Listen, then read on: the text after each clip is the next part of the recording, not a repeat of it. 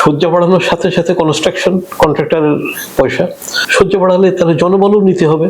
কোন জনবল নিবে এখন আমরা নিশ্চিত না।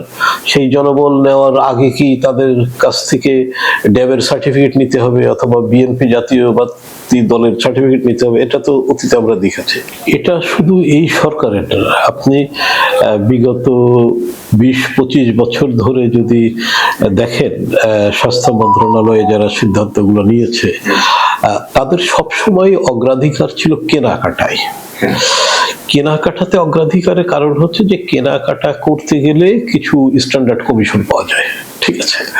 এখন আপনি সেই কেনাকাটার সাথে সেবার সম্পৃক্ততার একটা কাহিনী তৈরি করার চেষ্টা করছেন, কিন্তু যারা সিদ্ধান্ত নিয়েছে তারা হয়তো সেবার কথা চিন্তাই করেনি।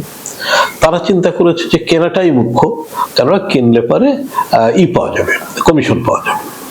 এখন এই কেনাকাটাটাও কিন্তু শুধুমাত্র যন্ত্রপাতি কেনা না, বিল্ডিং বানানোটাও কেনা, ঠিক আছে।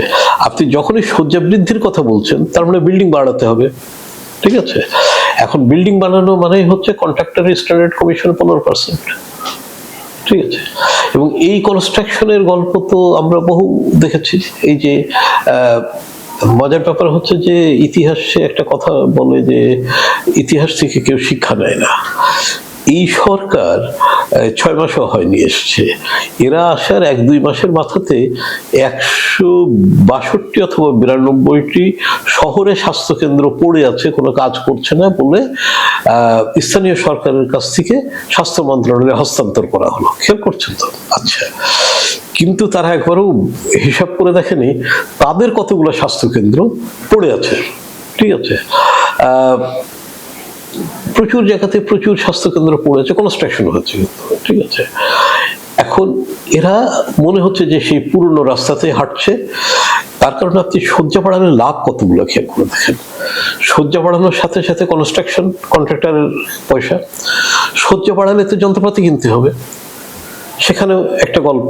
আচ্ছা, তারপরে শয্যা বাড়ালে তাহলে জনবলও নিতে হবে।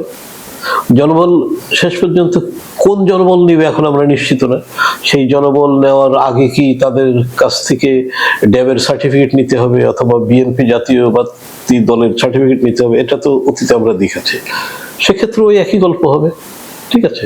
সুতরাং আপনি যে প্রশ্নটি করছেন যে এই সব কি স্বাস্থ্য সেবাতে উন্নতি করবে কিনা, আমরা তো সবসময় স্বাস্থ্য সেবার উন্নয়নের কথাটা চিন্তা করি।